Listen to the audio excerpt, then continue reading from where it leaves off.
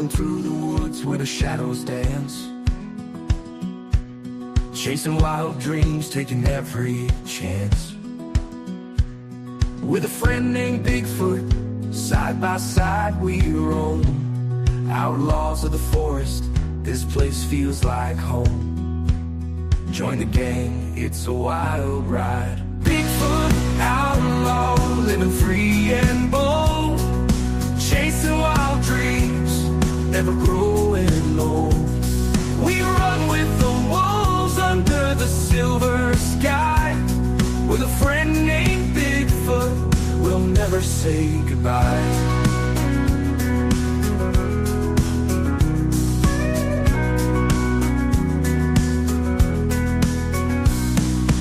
Memories that we can't forget, laughing under the stars, no signs of regret. With stories to tell and the moon as our guide, Bigfoot's my brother, in this life we confide. So raise a toast, let's celebrate this night. Foot outlaw, living free and bold, chasing wild dreams, never growing old. We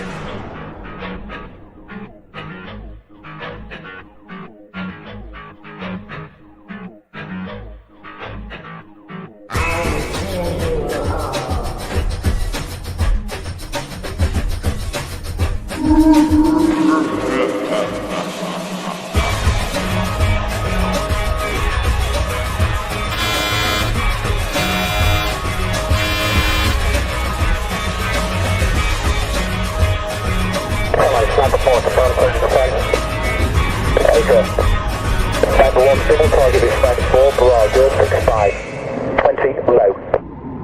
Everyone.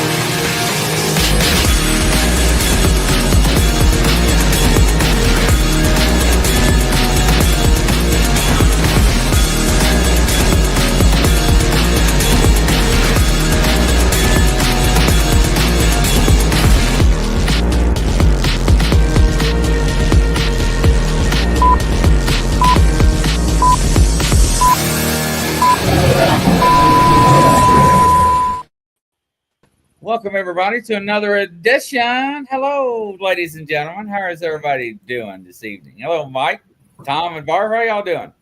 I'm doing pretty darn great. Yeah, great. How are you, Grizzly? Oh, doing good. Welcome, Joey. Welcome, Midwest. T.O. Rio and Trista, Prospecting USA. We got Leonard in the house. Is everybody starting to slide in? Mike, what's new with you? Oh, he muted himself. Oh. Mike, I can read lips. He's saying, good evening, everybody. My name is Mike with Understanding Bigfoot. And he's telling us about when he was serenading a Bigfoot again. That's right. Oh, my darling. Oh, my darling. He lost his audio, everybody. All right, Barb, go ahead. No, I'm sorry. I want to talk about the Immaculate Constellation. Did you all? But we'll talk about that a little bit into the show. Did you guys see about that? No, I don't know anything about that. All right. Well, it is There you go, Mike. Okay. Welcome back. Okay, thank you. Go ahead, Mike, because we missed all of that. Unfortunately.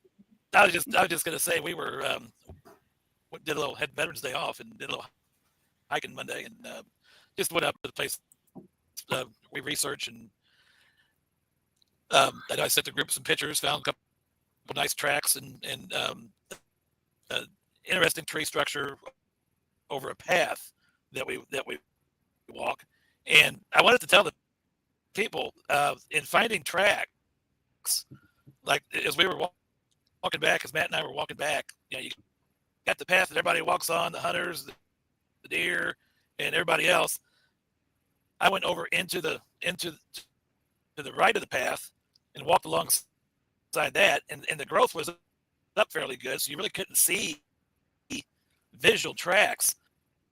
But then as you're stepping, you kind of step into a little indention, and then you get in there and start looking at, hey, that's a Bigfoot print. That's a big, they're not walking on the main path; they're walking outside the main path. As they go that's a pretty common thing because they don't want their tracks to be fully revealed. Mm-hmm. Now, the one picture I found was right in the middle of a gravel service road, which is normally a hard surface and you really can't see the print, but there was a soft area that had 5 perfect toes on that picture that I sent you guys. And that print, when you look at the indentions in the gravel, was about 18 inches long. And then I went right back. I went to the exact same spot that I was with the students last spring, and we cast that 17-inch print. And that very same spot in the creek bottom was a 24-inch footprint. And again, it was all covered by leaves as the fall of the year. So you couldn't visually see a track there as I was walking up that creek bottom. It's a rocky creek bottom. So when you get that little soft area breaking up the creek of soil and gravel, you're thinking, okay, there might be a track in here if they still travel this way. So I started with my walking stick moving the leaves. As I'm moving the leaves, I feel, hey, indention. And then when I started uncovering leaves, I'm like, what? Major indention. You got a 24-inch footprint here. Right there. There it is right there. And I stuck my walking stick down for a point of reference. And I thought, man, I wish I brought my casting material with me. I'd love to cast that thing. Oh. You can see how that's going into the soil. And the reason you didn't see a track before or after because you're at rocky creek bottoms, as opposed to right there. But that was the exact same spot that we cast that 17-inch print with the students last spring. So it's definitely a known travel way. That's great amazing. Print. Yeah, that's a fantastic. Wow. Good find. I told Matt, my buddy Matt, I said, man, I'm kicking myself now for not bringing the casting material with me. I'd love to cast that thing. Yeah. That's a beautiful print. It really is. Yes. Yeah. Yeah. And you can see the size of that as you're looking at a walking stick. When you get to the rawhide, that's close to about the 24-inch mark. And the width of the heel and the width there up there by the toes. I mean, you're talking about 11 inches just in that width there. Yeah, that's Mr. Alpha Male, 13 foot tall. We see his print. Well, actually, a lot of times we'll see a big alpha male print that has a big right toe that kind of sticks out to the left. This one here, I didn't notice that so much, so it might be a different big male.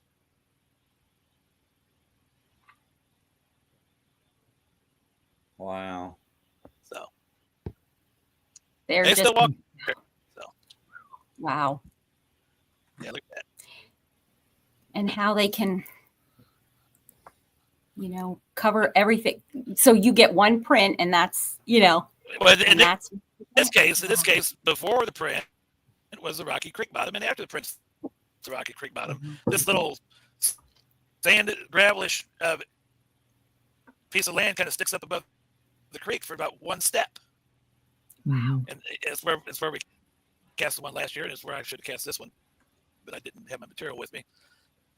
I had it in the truck, but the truck was about a mile away, and I thought, well, if I walk back to the truck, I'm not gonna feel like walking back here. Yeah. And then I told Matt yesterday, I said, man, I should have figured out just sucked it up and done that, because that looks, the picture, the more I look at it, the better it looks. How That deep boy- was That was all covered in leaves. You couldn't tell Yeah. anything. And that's, we're in North Cape, Toronto County. We're about a mile from the Mississippi River, Apple Creek bottoms. Mhm. How That deep boy was weighs it? about 1,500 pounds. That way into the, it Wow. looks like about 2 inches. Mhm. Depth into that, so about 2 inches. And I was, as I walked in there, I might be been making a little half inch indention at the most. Mhm. So Wow. Yep. Love that. That's Love really that. that Mhm. is really cool. I'm in the wrong chat, everybody. you are. Mike, I was in the chat on your page. I'm like, wow. It's coming No. up here, but like I don't Feel- see anybody that's saying hello. Feel free to chat on that page too. Yeah. I'm just chatting by myself. I wonder what Barb is. I was like, wait. It's like, everybody ain't gonna I say know, nothing.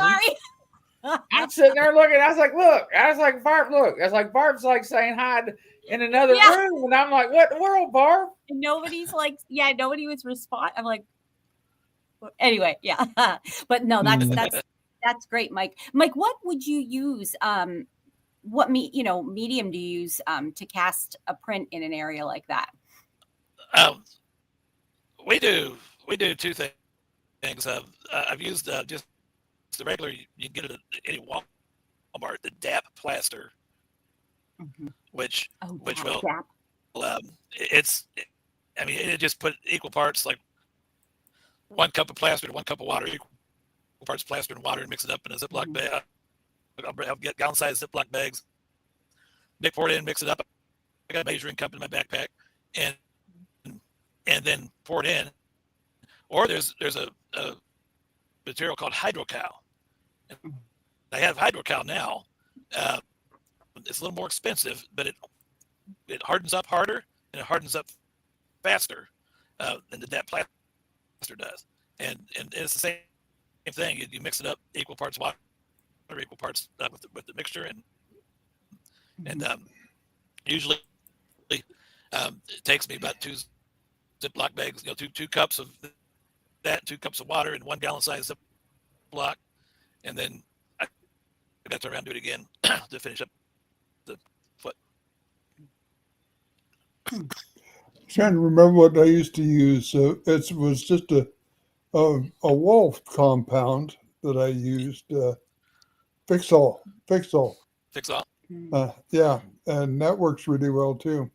Dries Now, fast. The HydroCal we get at a flower shop. We get it at a flower shop here locally, because they use it for the different molds for gardening and stuff like that.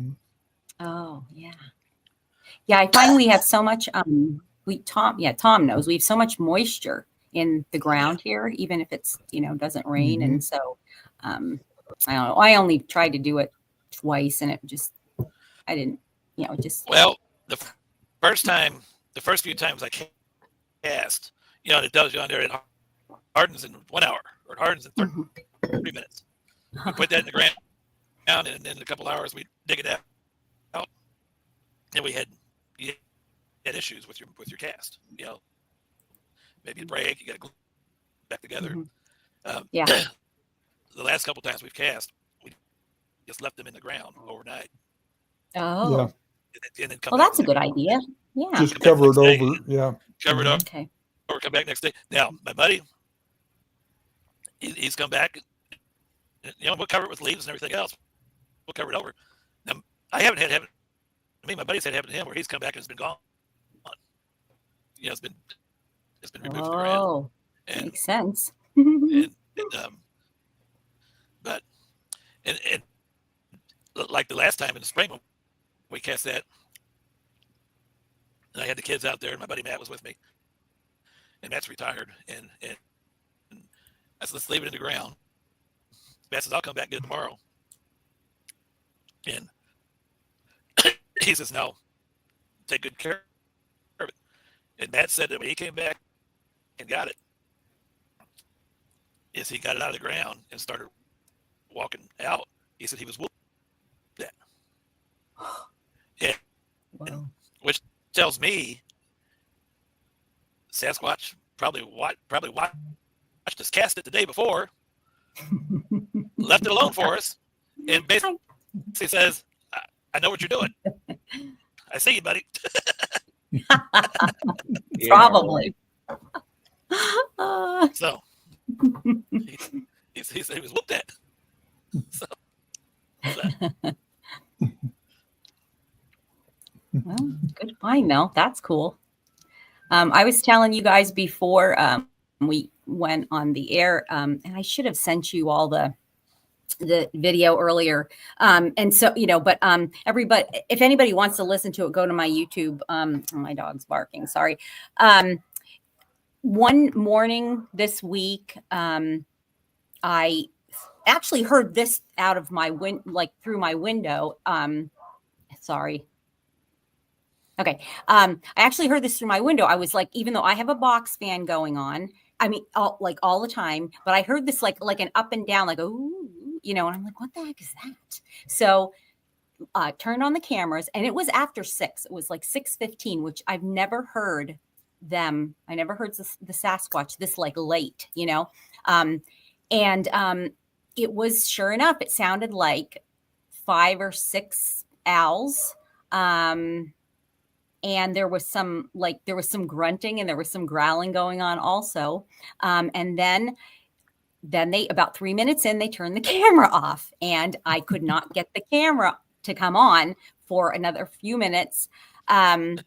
And then it was like saying that it had been removed from the system. And I'm like, oh my gosh, come on. And I'm freaking out, because I can't wait to get back. I'm just about ready. I'm just going to get my butt up and go out and try to listen to it, live. Then the camera came back on, and I was able to record some more. This time, they're using a different call altogether. It was, so it's interesting. I don't know what was going on. I don't know. I wonder if they're walking around your backyard right now. She's absolutely freaking out. and they're telling him to be quiet. All right, I'm just gonna mute myself. Last time we thought it was on the roof. Remember, it was an airplane. Yes. Oh.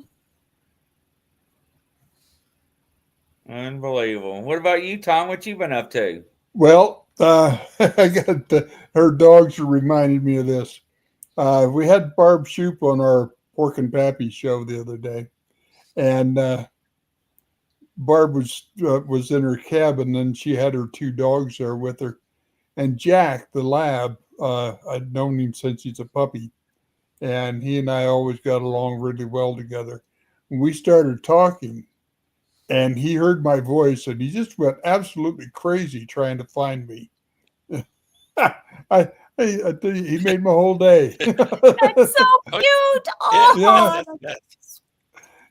That's at least adorable. I know somebody still loves me. Aw.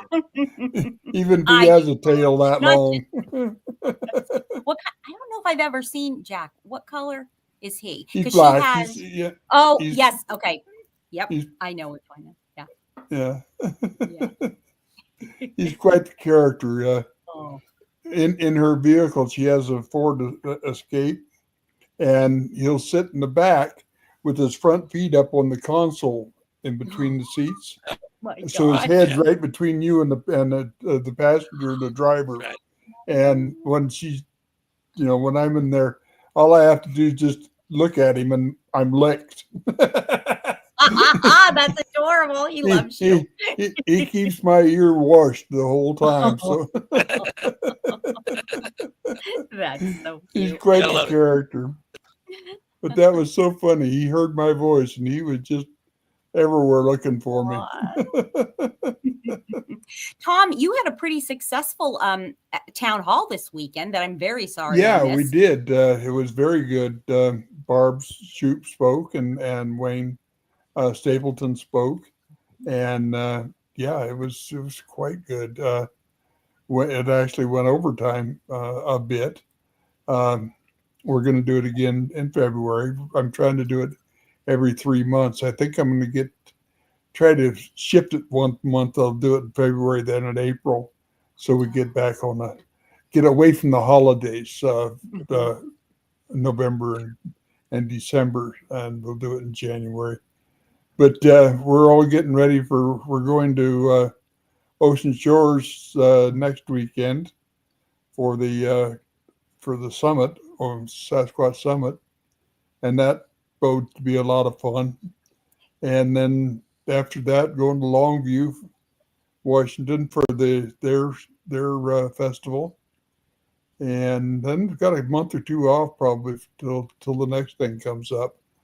But it's just going to be a busy spring and summer. I get my new scooter here shortly, and that way they won't be able to keep up with me. That's great. That's great. But it's the group that Barb's group is absolutely the most fascinating group of people I've ever known in my life. Barb runs a very good camp, and the people are totally interested. Totally, the things that happen there are just amazing, and they're continuous. I mean, it's just ongoing, one thing to the next, the whole time you're there. And the one that she was telling us about was they were having a storytelling time in camp in the evening, and the Sasquatch people would come in and listen, and you could hear them crossing the creek, crossing to get close to camp, and they'd lay on the bank and listen to the speakers telling stories. So pretty darn cool. And That's she really found cool. it's absolutely out of this world And they're to be part of that they're group. probably critiquing the accuracy of the stories. Boy, he's Pardon me? starting to stretch. They're probably critiquing the accuracy. Boy, he's starting to stretch Absolutely. that They book. make sure that nobody gets anything wrong in them. Yeah.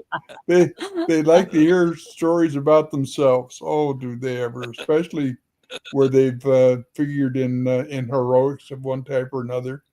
One of the stories told that Barb talked about was a group of hunters or hikers who were attacked by a bear, and Sasquatch wiped out the bear. And the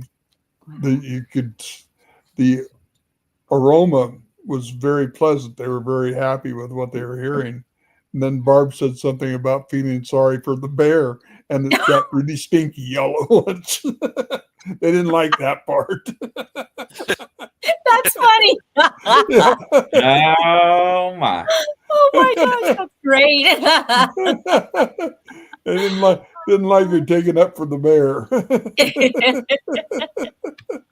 Mike, I got another picture skewed up here. Talk about this for a second. Okay. All right. So you see the tree. You see the path. You can see the path. And that's that path I was describing. When I found some tracks, I got to the right side of that path and walked up and through the brush. And that's where the Sasquatch walk.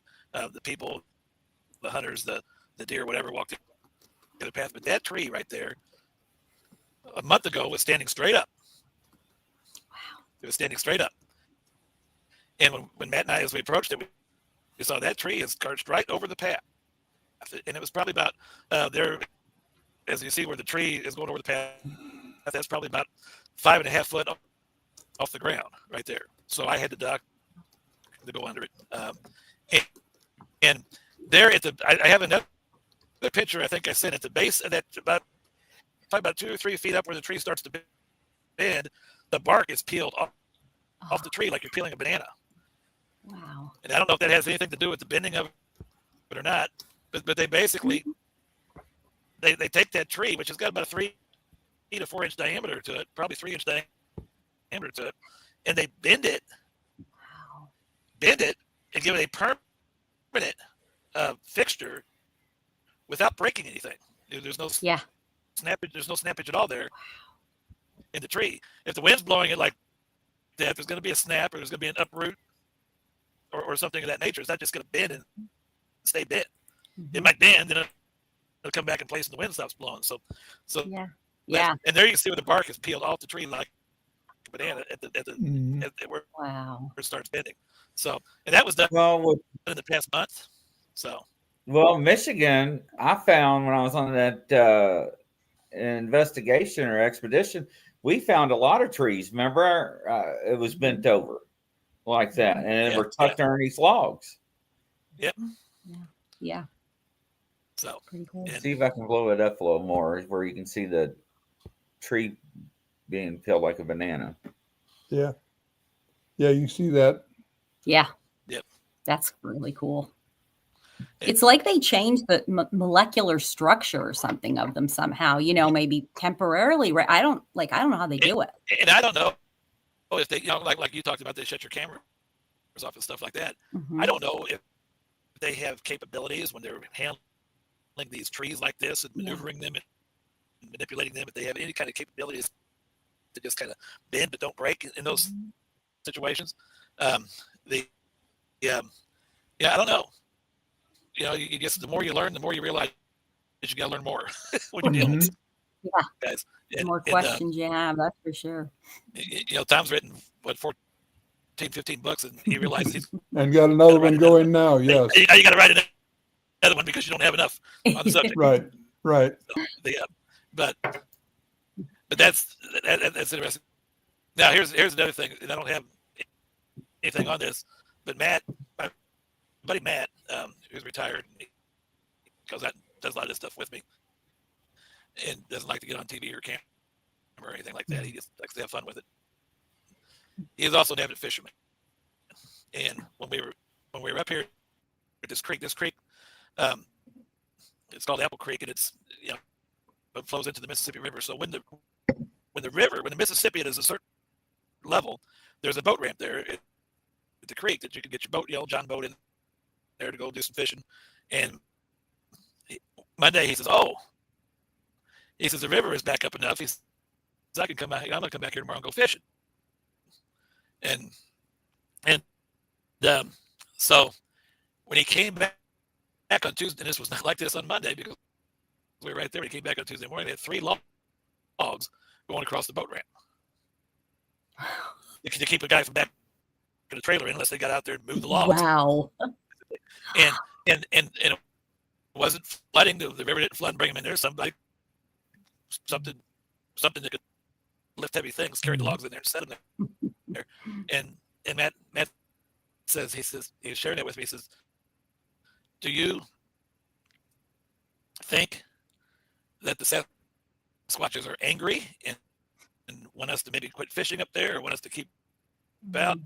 I said, I think, because we were out there the whole day on Monday, and nobody attacked us or anything like that, or acted like they're angry with us. They just, I said, I think you probably had some juveniles. Hey, let's fix those motors tomorrow and give them something to, let's just go throw these things out there in the boat ramp.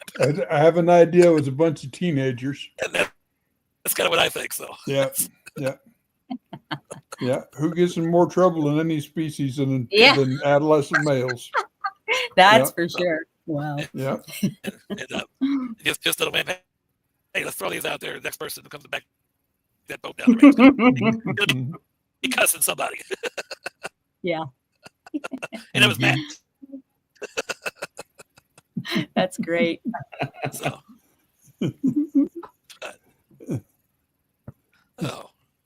I had a woman that belongs to my Facebook page, and the No Drama Bigfoot and Cryptids. And well, the reason I say it is because she's like a local, and she's like, I've never commented. I just watch, what's going on. And she said, I kind of want your help. If you could come down and look at this property. There's a property here on the peninsula that I live on. And she said it's very active, and there's a lot of tree structures, and it's for sale right now. And she's kind of worried because it borders her property. She's worried that, a developer or somebody's going to come in and buy it and just, raise the whole thing. And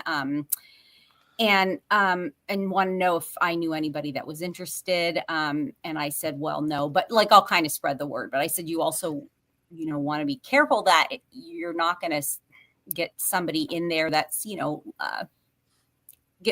to bring a whole bunch of people in all the time. You know what I mean? Like, and broadcast it, because it's not a huge area. So, but anyway, she said that she's gotten some very good, like she hears howls and calls and stuff all the time. So I ran down and took a look at it, and I definitely saw some evidence, some tree structures and what we always, kind of see, and the leaning up against the, the leaners and the little, almost like little teepees and stuff. So, I am going to, I want to put a recorder, on somewhere on it. And, but because that's private property, I don't want to put it right on, right there on that property. So she said that, when it stops raining, cause Tom knows it's been raining here nonstop. Once it stops raining, overnight, I want to put something on her property and hopefully get some.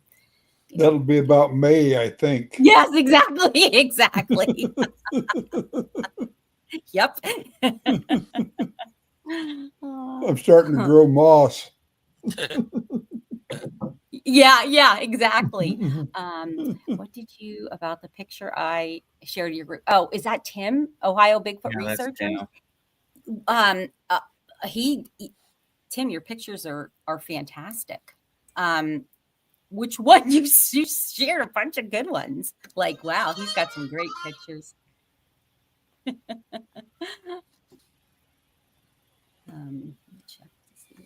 So what else we got going on? Well, let's see. Does anybody have what I was talking about was the Immaculate Constellation, and this is more of a UAP, UFO thing. And I know we don't always go into that, here we don't typically go into it. But I thought it was interesting. Joe Doyle, from Hellbent Holler, he said, this is a quote from his Facebook page, the biological effects and unique emissions listed in the Immaculate Constellation document match up shockingly well with what witnesses have reported experiencing when encountering ground-based anomalous organisms such as Bigfoot or Dogman. Invisibility, cloaking, and a shimmering effect in the air, strange bioluminescence, rapid acceleration and unnatural speed, balls of light that suddenly appear and cause electromagnetic interference with local technologies, an accompanying humming sound, psychological effects often long-term, such as an unease, anxiety, distress, and insomnia, strange smells, electronic equipment malfunctions, the feeling of being watched and shared awareness. And then he says, but I'm sure that is all just a coincidence. So it's very interesting. They had testimony, I believe it was today, because I was watching it before I got on the air. It was today. Yeah. The U.S. House of Representatives Committee on Oversight and Accountability held a hearing entitled Unidentified Anomalous Phenomena, Exposing the Truth Today. And it was November 13th, 2024. The hearing featured testimony from current U.S. military personnel, including a former U.S. counterintelligence officer, a retired U.S. Navy Rear Admiral, and a former NASA associate administrator who claimed that the American government has hidden evidence of advanced technologies and otherworldly visitors from the public.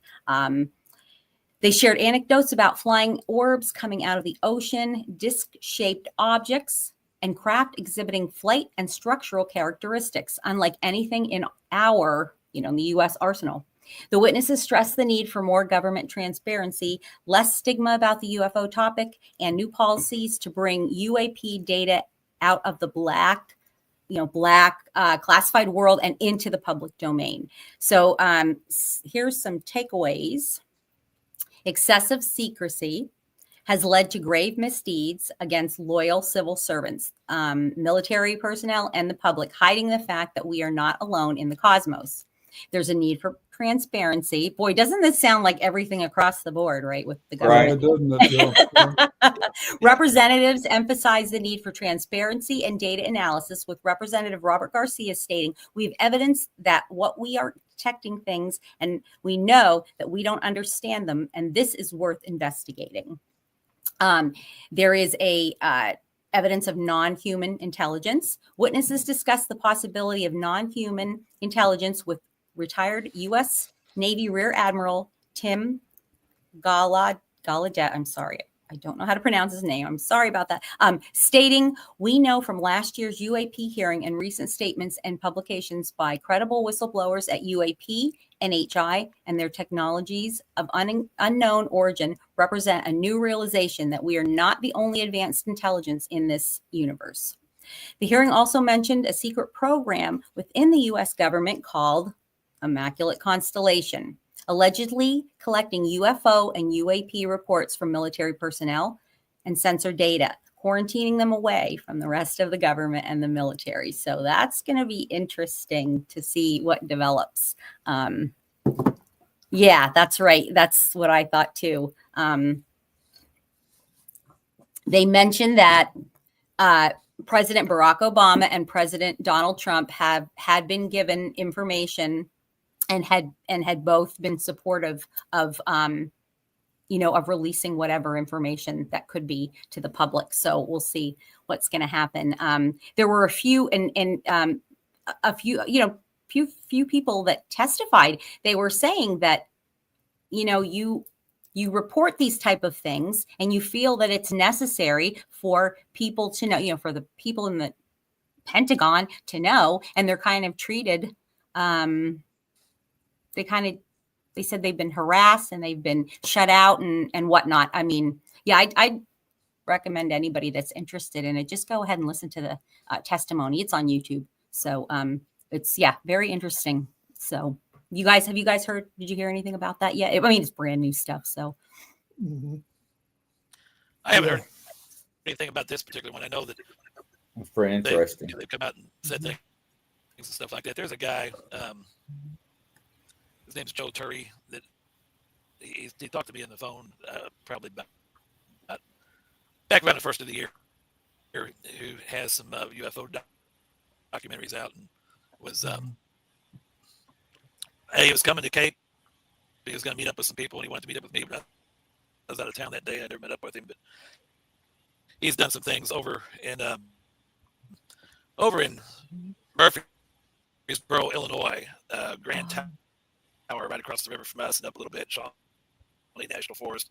A lot of Bigfoot people have heard of the Big Muddy Monster, which is the Sasquatch that hangs out over there in the Big Muddy River bottoms. They also have got a trove of UFO sightings down through the years over in that area. And where I research is just pretty much across the Mississippi River from there in the Missouri side, and not too far from there. And he was asking about, in our Bigfoot stuff, do we ever come across UFO activity to coincide with them? And I honestly answered no. I said we have on occasions at nighttime seen in the sky what the only thing we could say it is a UFO, because it's something that we can't identify. And it's doing weird things up there that planes don't do and satellites don't do, etc. But I said, there's not enough for me to put a correlation between the two. I said, but that's what I told him on the phone. But anyway, he's got something out there. You may look up his name, Joe Turry, Grand Tower UFO, and that's a recent thing that's come out on that stuff. And but I haven't looked at it yet. I haven't looked at this final product, but so. Wow. Yeah, we definitely get reports, don't we, of there Yeah. being a correlation. Tom, what do you Mhm. think about that? I'm interested to know what you think about that possible And what correlation. concept? What? Is there a correlation between UFOs, UAPs, and the There has Sasquatch? to be. There has to be. There's just too much evidence of it for it not to be. I've never seen it myself. I don't, because that's not my. That's not what they have me doing for them. That's not not my job. Right. And that's the truth. But but I know people who that is their job, and uh, they're quite sure that there's correlation and connection there. I know that I've seen creatures on film, on video, this last year that I never knew existed. And this is all new to me. I'm not in a position where I can speak authoritatively on them, but I've seen them. And I don't know what they are. But I've seen them, and it's something that's new. It's something that's coming. Ashley Stinnett, if you want to get the lowdown on UFOs, that's her area of research, and she's been doing some absolutely wonderful work in that area. And she's going to be at Rendezvous 25 too, and we'll be teaching that there. Awesome. And so in August. So we learn as we go, one step at a time. Fortunately, we have people with different interests, and that have the time to spend delving into their area of primary interest. My area of primary interest basically has been their family life, how they live. Yeah. I've been to a funeral. I've been to a birthing. I've sat with 18 male Sasquatch at one time watching the birthing, and then got to see the twins that were born at that time, just last year in September. Got to see the twins. They're a whopping 9 years old now. And, so, yeah, and it's fun. It's fun to watch them, be able to follow them like that. Until you've done the Diane Fossey, Jane Goodall type of investigation, you really don't understand how they live. And that's what cracks me up about some people. I mean, I know people that have seen one from 2 miles away going up the side of a ridge, and the next day they're telling me how they have their children. Yeah. Yeah. Right. That's a what you're saying really, somebody like me just scratches the surface. Well, I'm just scratching the surface. Like we were just saying a minute ago. As soon as you learn something new, you realize what you don't know. That's why I try to talk to people that share property with them. But interact with it just to get a feeling of what is going on there, and they're so fascinating. They really are. When you're laying in your bed and a thought comes to mind, and your teacher visits you because of that thought, and you put your hand up in the air, just raise, where's my camera? And he takes his hand in yours like that. It just lightens your whole soul. I want you to know that. Wow. I had gone to Honolulu, Oklahoma, and being the smarter than the average bear person that I am, I had to do 2 presentations there. So I got them all, my PowerPoints all done, and emailed them to myself so I wouldn't lose them, right? Yeah. And get there and find out they don't have the computer Wi-Fi. Oh no. So here I have 2 presentations and no information. So that's what Oh that was no. all about. And he says, you don't need that. It's in your mind. Oh my Go with gosh. what you know. It was wonderful. I Wow. was saying things that the things were coming out of my mind that I had not even thought about, but were true. And it was just absolutely, totally amazing what they can do, how they can help making me use my own mind. Okay, instead of relying on tricks and features and PowerPoint. As much as I love PowerPoint and much as I use it, it's not necessary to tell a good story. No. Not necessary to bring people along and inform them and teach them. And that's my job, is to teach. Yeah. And I hope I do it. You do. That's Yeah, great. you do. Yeah, you do. But wow. You do a good job of it. It's Oh, the wow. Mhm. I remember I've been doing this for 4.5 years or something like that, and I remember that's the guy taught me to start in that program, understanding Bigfoot, and I did it. We started. The guy was doing a local guy was doing a fishing podcast, and these Ozark streams, and people on his podcast were having Bigfoot activity, and he reached out to Susan's group, and he wanted to get somebody on his podcast talking about Bigfoot to explain to his audience what they might be experiencing. So anyway, I ended up getting the straw drawn to be the person to do that, and what I knew very little about at that time, but I knew enough to be dangerous. But I let them, you convince them, right, that you know more. And he gets back with me a few months later, said, "Hey, man," he goes, "I still get people when you're gonna come back on. Let's do your own show." And he started producing the show, and that's how all that started. But early in producing that show, you get involved in these Facebook groups, and I saw our friend Lynn Gasper tell a little bit about his story, and I just reached out to him and said, "Would you come on my show and do it?" He said, "Yes, I would."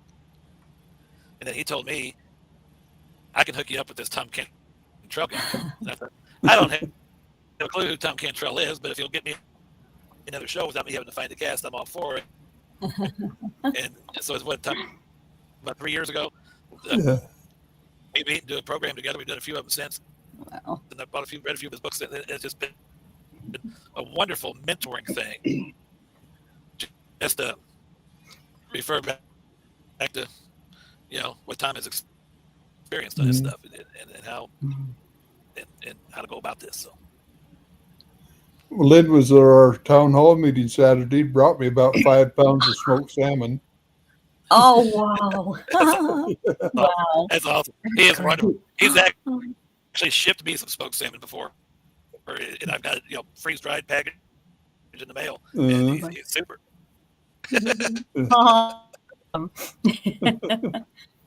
So. Oh. So Barb, what you got going on tomorrow? Tomorrow I have Cindy and Good Break. And I think that, Tom, Cindy. Yeah. She has had years and years and years of encounters and boots on the ground research when she lived in Texas and then when she moved up to Idaho. And she's just had fascinating experiences. I've been friends with her for probably about 10 years on Facebook. I don't think we've ever met in person. No, I don't think so. But anyway, she used to way back, probably I'd say 6-7 years ago, was sending me these audios like that she'd get overnight. Like, Barb, you're not going to believe this. And I'm like, oh my gosh. I mean, they were, intense. So I'm going to enjoy having her on the show. Hey, Barb, do me a favor, Barb. Yes. Yeah. My buddy that I refer to him, Matt Elfrink, who he watches a lot of these programs, and we'll sit around and we'll talk. We'll get the fire, we'll sit around and talk. We'll talk about this, we'll talk about that, and and he doesn't watch this one very often on Wednesday nights. I don't know what he's doing Wednesday night otherwise, but I will, because they'll ask me questions, or we'll have questions about how do they do this, what are they doing this for, and I'll refer to what Tom says, and I'll refer to Barb Hartman, and I mentioned Barb Hartman and what Barb Hartman is. This is going, blah blah blah. He says, now that Barb Hartman, he says, she has a good show. She has. Oh, thank you. That's so nice. I said, you talk about the Open Door? He goes, yeah, Thursday afternoons. He goes, I watch it every week. He says, she's got one of the best shows out there. Oh my gosh, that's so sweet. Give Matt Elfrink a shout out tomorrow and see if he's will. Okay. All right. Because I said, well, you watch that one, but you watch it on Wednesday nights. It might catch you sometimes on Wednesdays. I catch you sometimes. But yeah. So anyway, it's always good here because he doesn't get into a chat room and chat. He doesn't, He just kind of watches. That's so nice though too. That's awesome. Yeah, I definitely will. That's cool. Yeah. That's cool. We're going to talk about some interesting stuff too. She really wants to, she's fired up about pareidoia, and people like saying that everything that we see in pictures is pareidoia, because she's like, it's becoming nonsense. Like, okay, you can tell the difference. And I agree. I know that there's things, and this is what she and I have said, there's definitely things that you can look at and go, oh, that's looks like a Sasquatch, but then you zoom in or whatever, or you walk closer to it and no, it's not. It's just something. But I don't feel like there's not a lot of that in pictures. That I see. Maybe other people do.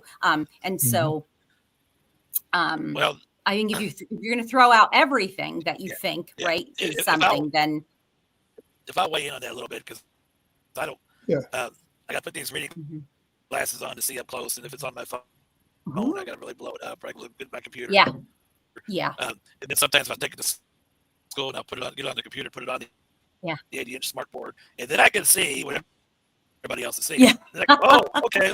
Yeah. Look at that. Yeah. And I remember my buddy Steve Nabowski told me, and I showed that Google Earth picture a few weeks ago of the 13-foot Sasquatch. So, the one leaving those 24-inch footprints. And my buddy Steve says up there, there's a certain Google Earth picture. He's got 6 Sasquatches in the picture. And he gets his phone out and shows me. I don't see anything. I don't see anything. To me, it's paranoia. I get to my computer screen, put it on my computer screen. I'm not, it looks like tree stumps. I go to my school computer, 80-inch smartboard, put it up there. Then I can see 6 heads, 6 sets of shoulders, 6 legs. There they all are. Look at that. Fascinating.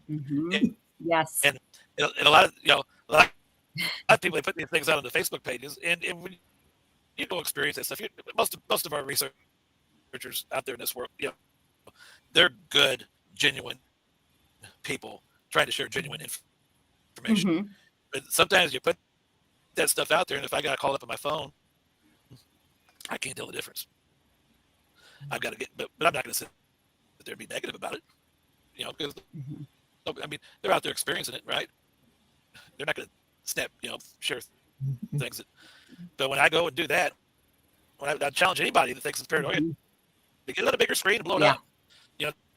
Attach your computer to your 60-inch flat screen TV or something like that. Put that thing on there and kind of blow that thing up. Take a look at it, and then you can start seeing a lot of times because there's sometimes Barb puts pictures up, and I'll see 2 faces, and I'll get my wife, who's really not interested in this, right? And I say, hey, take a look at this here. I see 2 more faces beside. Yeah, that's incredible. That's amazing. It's great. Yeah. Yep. Yeah. We had one of the best cases of misidentification at our. We were in camp down in northeastern Oregon, and right on the edge of the Wanaha Wilderness area. I mean, right on the edge of it. And Barb, it was a Forest Service campground, remote campground, but it did have an outhouse there. And Barb Shoop was heading to the outhouse, and she noticed there's this clump of brush there, and there's a big stump in the middle of it. And that stump looked just like a Sasquatch. She stood and watched it for quite a while, and went on to the bathroom and came back out, and it was, looked at it again from a different angle, and it still looked like a Sasquatch. And so she was the stump was so remarkably like a Sasquatch. But it didn't move, no movement whatsoever, so it had to be a stump. And she went back to camp, was going to get her camera to go back and take a picture of that stump. When she got back there, it was gone. That's what I was going to say. Oh my God. Something walked away. That has happened to me. It's like, gosh, darn it. I wish I had my camera, but Yeah. what are you going to do? Yeah. Yeah. So. Or like in my case, like hers too. I'm like, if I would have just walked closer to it, I should have just walked closer to it than say, that's a pile of, ferns and whatever. Yeah. It looks too much like a Sasquatch to actually be a Sasquatch, right? Yeah. But, you've probably heard me say this before, but, talk to it. Yes. Yep. And that was, and that would happen to me before. Like now I told you, like sometimes they just like show themselves a lot now. Mm-hmm. It's so cool. It's just, it's cool. But, all right. Well, I guess we'll call it a wraps, everybody. Well, I hope everybody enjoyed the show. And tune in for our show tomorrow, guys. Yeah. Thank you. Yeah, please do. Yes, sir. Yeah. All right. Good night, everybody. Godspeed. Good night. Take care. Good night. Bye. Good Good night.